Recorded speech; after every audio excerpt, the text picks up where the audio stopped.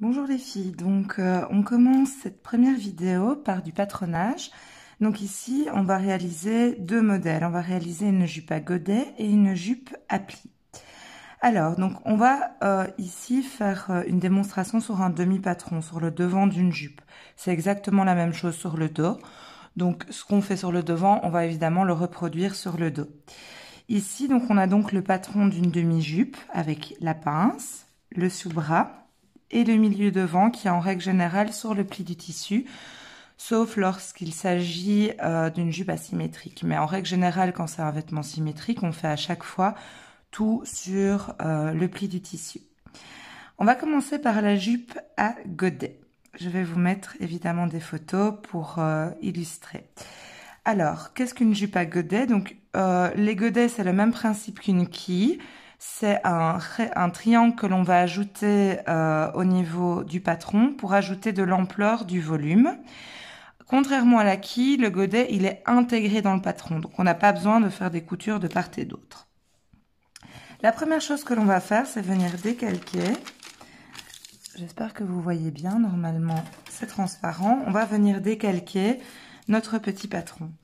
Ici, je vais utiliser des marqueurs indélébiles pour que vous voyez bien en vidéo. Il est essentiel de le faire au crayon, c'est beaucoup plus précis.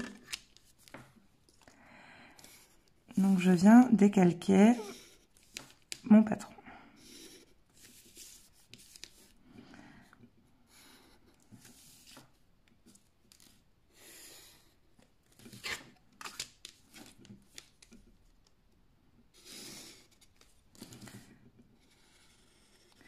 Alors ici, je vais également mettre les marques de contour de hanche et de bassin. Ça va être un repère pour nous aider, on va dire. Voilà, donc ici, j'ai mon patron décalqué de ma base de jupe. La première chose que l'on va faire, c'est qu'on va devoir supprimer notre pince.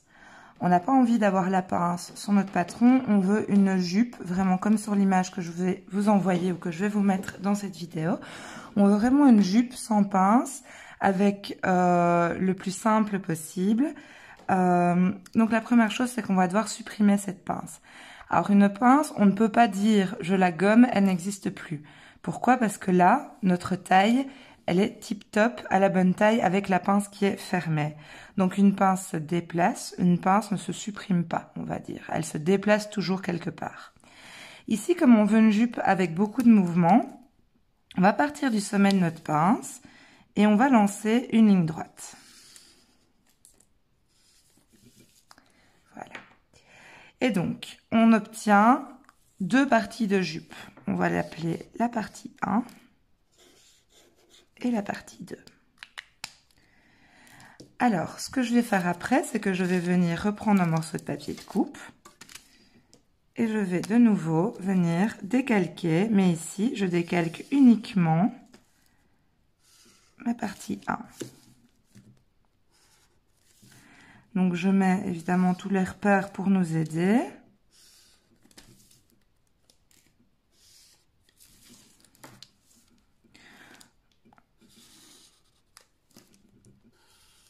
Voilà, et on a bien la partie 1. Maintenant, ce que l'on va faire, c'est qu'on va venir décalquer la partie 2. Mais dans ce cas-ci, notre partie 2 va être décalquée avec le côté de la pince qui est collé sur l'autre côté de pince. Cela va nous permettre de fermer la pince et d'ouvrir un nouveau triangle en bas.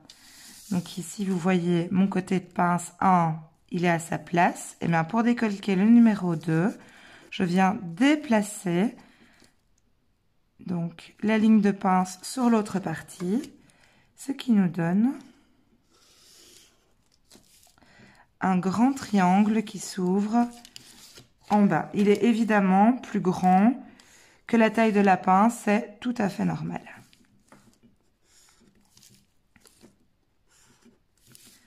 Et on a notre partie 2. Donc ici, on a fermé la pince pour ouvrir ce qu'on appelle un godet. Ce qu'on fait à chaque fois, j'ai fait tomber mon capuchon, c'est pas grave, c'est qu'on va venir dessiner un petit rectangle comme ceci pour nous indiquer qu'à cet endroit-là, il y avait une pince avant. C'est des petits repères techniques, mais qui vont nous aider pour le patronage. Donc ici, notre taille a bien la même taille qu'avant, comme si la pince était cousue, et on a obtenu du volume en bas. Maintenant, la chose est la suivante, c'est que je trouve que la jupe n'a pas assez de volume. On veut quelque chose qui soit vraiment fluide, vraiment ample, et donc on a envie d'ajouter encore du volume. Si on veut encore ajouter du volume, eh bien on va ajouter des godets. Donc ici, je vais venir séparer de nouveau mon patron encore en deux parties. À chaque fois, il faut leur donner des noms, c'est beaucoup plus facile. Donc ici, on va mettre la partie A, la partie B au milieu et la partie C. Une fois que l'on a séparé notre patron, de nouveau, on reprend un morceau de papier de coupe et on va venir décalquer. Donc ici, je viens décalquer, pour commencer, ma partie A.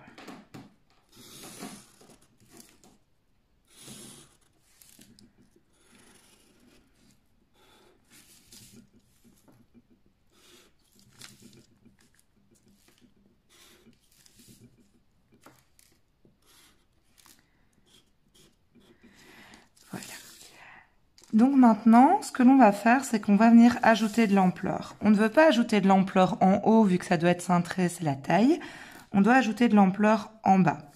Ce qui veut dire ici qu'on va ajouter 0 cm en haut et qu'en bas, on va ajouter pour mettre du volume. Combien est-ce qu'on va ajouter? Ça va dépendre de votre tissu, ça va dépendre de ce que vous voulez comme effet. Est-ce que vous voulez que ça soit très large, moyennement, etc.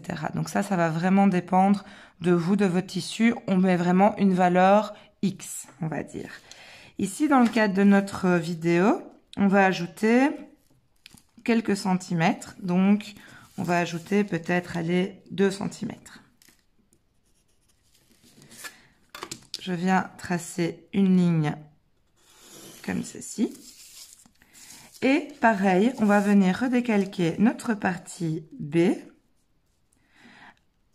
en recommençant à décalquer à partir de la nouvelle ligne, ce qui va ouvrir, donner un effet un peu soleil à notre jupe. Alors les repères sont importants car ça va vraiment vous aider à vous souvenir de quelle partie était où. C'est assez important à ce niveau-là.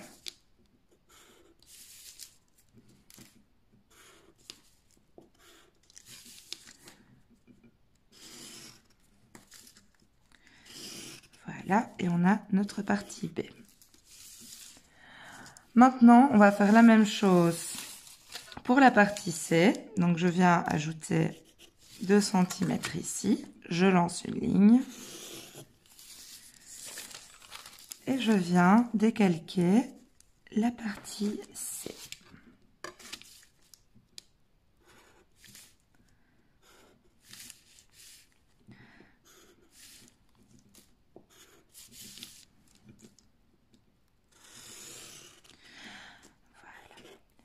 Alors ici, pour le bas de la jupe, on va venir les relier ensemble de manière harmonieuse pour que ça fasse une jolie courbe. Et donc voilà, on a nos 3 étapes. On a la première partie qui est le déplacement de la pince vers le bas. La deuxième partie, l'ouverture du bas grâce à la pince déplacée et la séparation de notre patron. Et la troisième partie, qui est le patron final qui est terminé, qui est la jupe avec tous les godets. Donc ici, il s'agit bien d'un pli tissu et c'est le devant. Et là, nous avons notre sous-bras. Une fois que votre patron est fini, on n'oublie pas d'ajouter les valeurs couture. Et on va également ajouter sur le patron votre nom, prénom, ce que c'est, donc c'est-à-dire le devant de la jupe. On peut éventuellement donner un nom à la jupe, ça peut nous aider quand on a une trentaine de patrons, une cinquantaine, une centaine de patrons dans une farde. Si tu tombes à tard et qu'il y a plein de petites pièces, le fait de donner un nom aux vêtements va nous permettre de reconstituer les patrons plus facilement. Donc on peut appeler par exemple la jupe marine. et bien écrire toutes les indications techniques qui nous sont utiles. Par exemple, cette jupe-ci, on va la couper une fois sur le pli du tissu. Ça nous rappelle encore qu'on a un pli tissu et qu'on doit positionner correctement le patron. Donc c'est vraiment des aides techniques, mais il faut vraiment bien les mettre sur chaque pièce du patron, c'est super important. Voilà pour la première jupe qui est la jupe à godet. On va passer maintenant à la deuxième partie, à la jupe à plis. Et voilà, donc on est pour la deuxième partie, la jupe à plis. J'ai déjà redécalqué donc mon patron pour gagner un peu de temps. La première chose que l'on va réaliser pour ce modèle de jupe, c'est ce qu'on appelle un enforme. L'enforme, c'est une sorte de ceinture qui est un petit peu plus large, mais qui enveloppe vraiment parfaitement les formes de notre corps. C'est très souvent utilisé pour tout ce qui est jupe, pantalon également. C'est vraiment une belle finition qui est une alternative à la ceinture, une ceinture est généralement assez fine. Si on la fait trop large, elle n'est pas adaptée au corps et donc ça ne correspond pas. La première chose que l'on va faire concernant notre enforme, c'est qu'on va définir sa taille. Ici, je vais me faciliter la vie, je vais faire l'enforme en dessous de la pince devant. La pince d'eau et la pince devant ont généralement pas la même taille. Ici, on va se faciliter la vie, on va la faire à la taille de notre pince devant. On va avoir deux parties dans ce patron. On va avoir le haut de la jupe, qui va être l'enforme, et le bas, qui va être les plis. Pour le haut, ça va être le même principe, on va devoir venir fermer notre pince. Donc on va avoir deux parties, la partie 1 et la partie 2. Je vais de nouveau reprendre un petit morceau de papier. Et je viens tracer ma partie 1.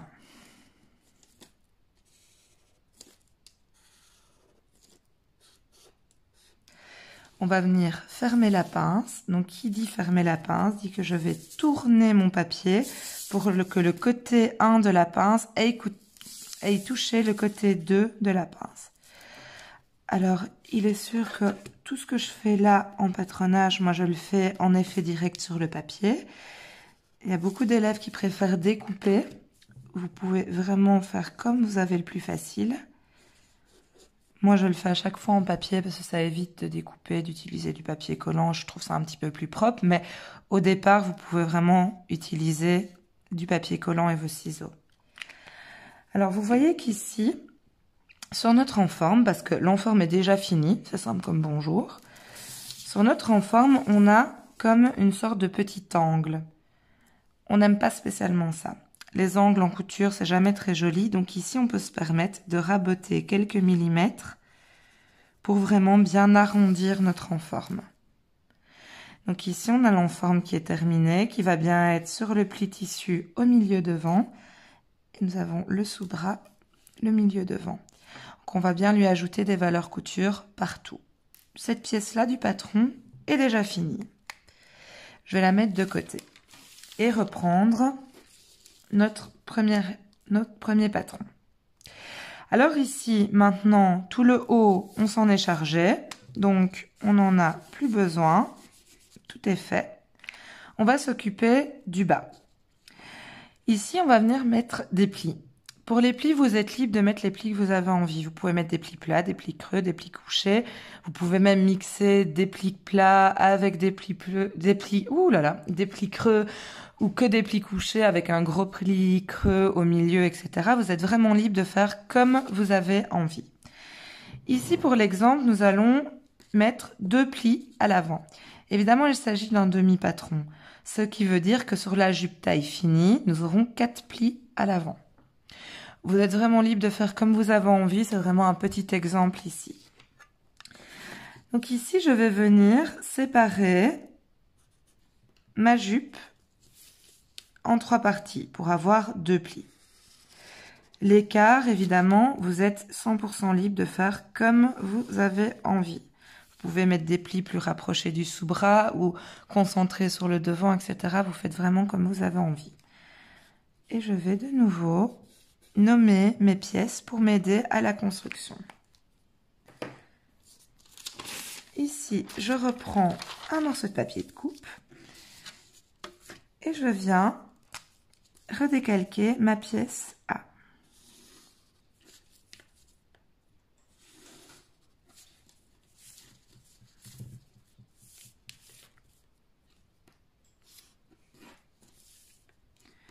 Alors maintenant, on va venir ajouter un pli.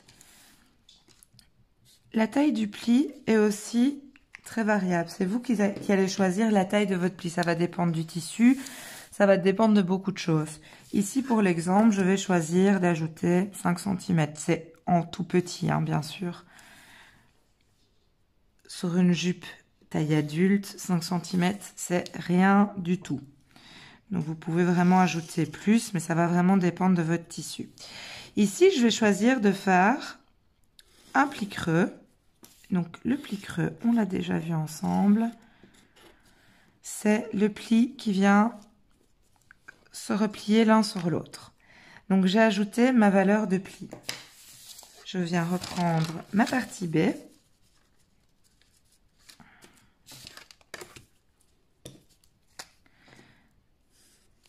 J'espère que j'ai pris un morceau de papier assez grand pour vous faire la démonstration ici. Normalement, ça devrait aller.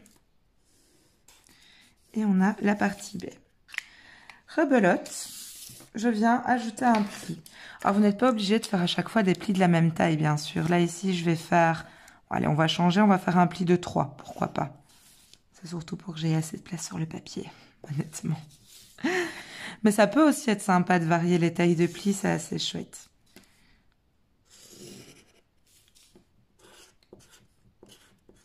Et voilà. Je viens décalquer maintenant ma partie C.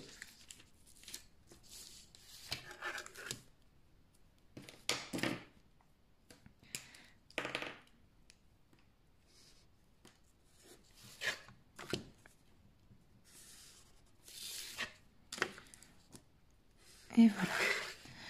Et on a déjà terminé le patron de la jupe à plis.